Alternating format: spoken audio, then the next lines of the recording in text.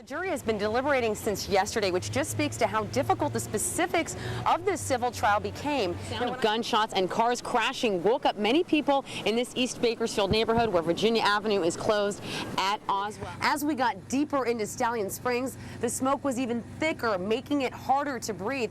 That's when people were being evacuated. And cyberbullies, beware. If you're caught impersonating someone on a social networking site via email or through text messages, you could see a $1,000 fine and even some jail time. They've just now bumped it up to a 3-alarm fire. Let me get out of the way so you can see the flames here. So basically the law says getting caught with a little pot is no more serious than a speeding ticket.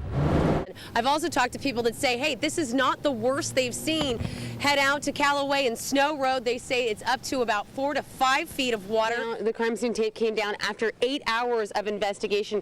Now look over here. You can actually see the bullet holes of where the security guard was shot and killed last night. As the rainfall continues, storm water basins like this one at Caliente Creek in Lamont are getting dangerously full, threatening to flood homes nearby. And the rushing water is also very dangerous. Right now, we're several miles away from both of these fires, but smoke is still very thick in the air up here in Tehachapi. As we got deeper into Stallion Springs, the smoke was even thicker, making it harder to breathe. That's when people were being evacuated. We went further into Stallion Springs off of Horse Thief Trail, where homes were being threatened by flames.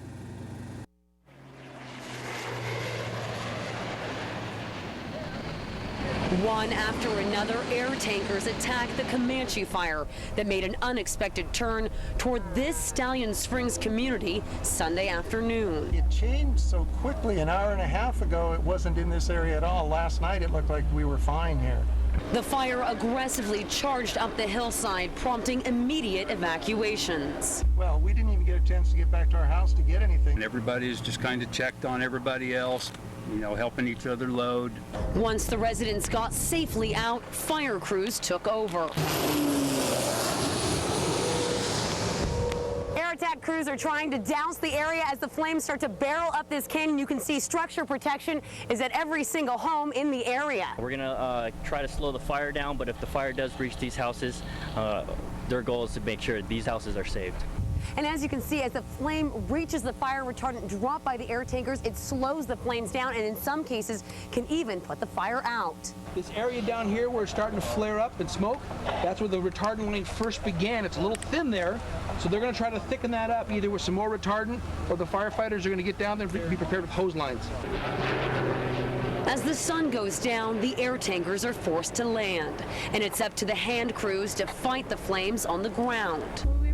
These guys, I hope they're able to get it out before it gets up to the houses. And that's the main goal for firefighters who continue to protect these homes throughout the night. You know, obviously we want to try to contain the fire and extinguish it, but the biggest thing is to make sure that these homes are saved and that lives are saved too. Now, at last check, no homes had burned in the Stallion Springs area, but evacuation orders are still in effect for that community. Now, an evacuation center has been set up at the Stallion Springs Community Center. There's also some people heading over to the Jacobson Middle School Evacuation Center. So if you're looking for anybody who might be affected by the fire, they may be at those 2 locations. There's also a community emergency response team activated in Stallion Springs. We asked them if they needed anything, supplies, anything at all. They said they're fine, but what they really do need is people, looky-loos, who are coming up to the area to check out the fire, to steer clear so that everyone can get to where they need to. For now, I'm Amity Idrisi reporting live in Tehachapi. Lisa, back to you. That's great advice with all those emergency vehicles still in that area. And Amity, seeing your video tonight, you really get a feel and appreciation for what the fire crews are up against with that terrain they are working in. It's very steep terrain. At some points, you've got gopher holes. You can't see them. Right. So they got to be very careful out there, and especially at night when you're not really sure where the train goes.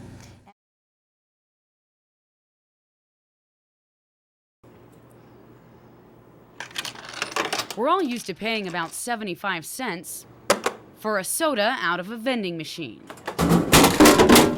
But if a new penny tax is passed, you could be paying an extra cent per fluid ounce, which is bubbling up anger in some taxpayers.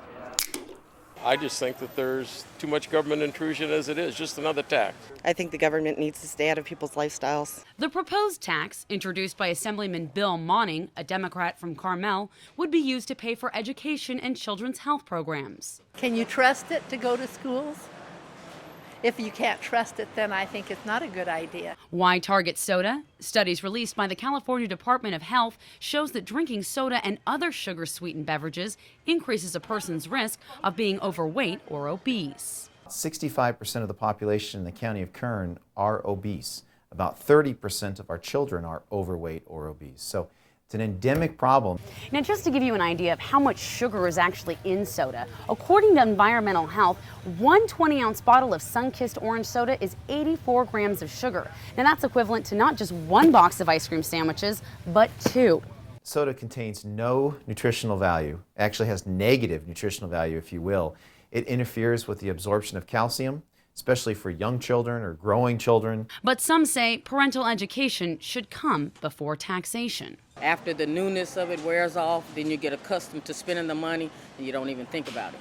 But what parents should do is stop buying the sodas, train the parents on how to feed the children. And that's exactly what the Public Health Department is trying to do by steering families away from soda. This is taking the place of something that could be more nutritional: water, milk, other juices. Rough estimates show that Kern County alone would swipe more than $38 million from the soda tax, which is a lot of cash collected from these cans.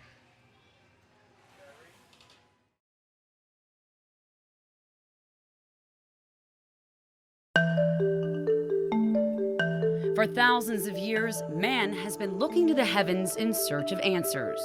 First, we wanted to know what was out there. Then we figured out how to get there. 0 and liftoff for the final launch of Endeavour, expanding our knowledge while expanding our lives in space. But now scientists are trying to keep what's up there away from here. It's going to come very close to the Earth on April 13th, 2029. On that day, the asteroid Apophis, which is the size of 2 football fields, will fly by the blue planet.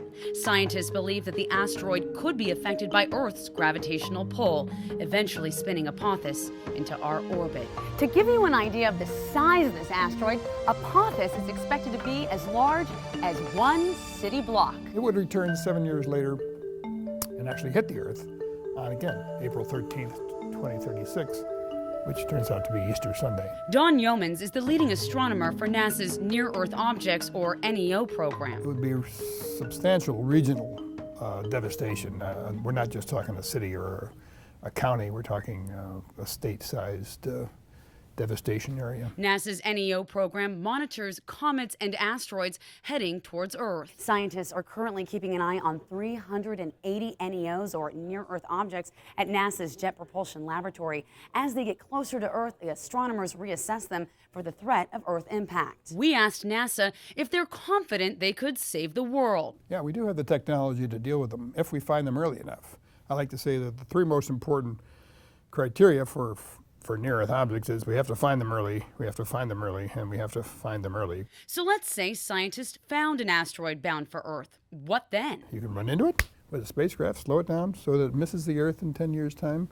You could send a nuclear explosive device to either blow it up or slow it down. And it's not necessarily the impact of the asteroid that would devastate our planet. If a large enough object hit the Earth, it could create a worldwide dust cloud, blocking out the sun's light, killing the plants which sustain all life on Earth. Right now, NASA has identified 90% of the largest asteroids coming towards Earth, including Apophis. Yeomans says almost none of them represent a threat for the next 100 years. But there's still going to be small ones that are difficult to find because they're so small and so dim that are going to take us by surprise from time to time. Although Yeomans says the threat of asteroids is not immediate, he stresses that we should one day look beyond Earth for a new home. We have 2 choices. We can either expand our presence in the solar system or we can die because we're going to get hit sooner or later.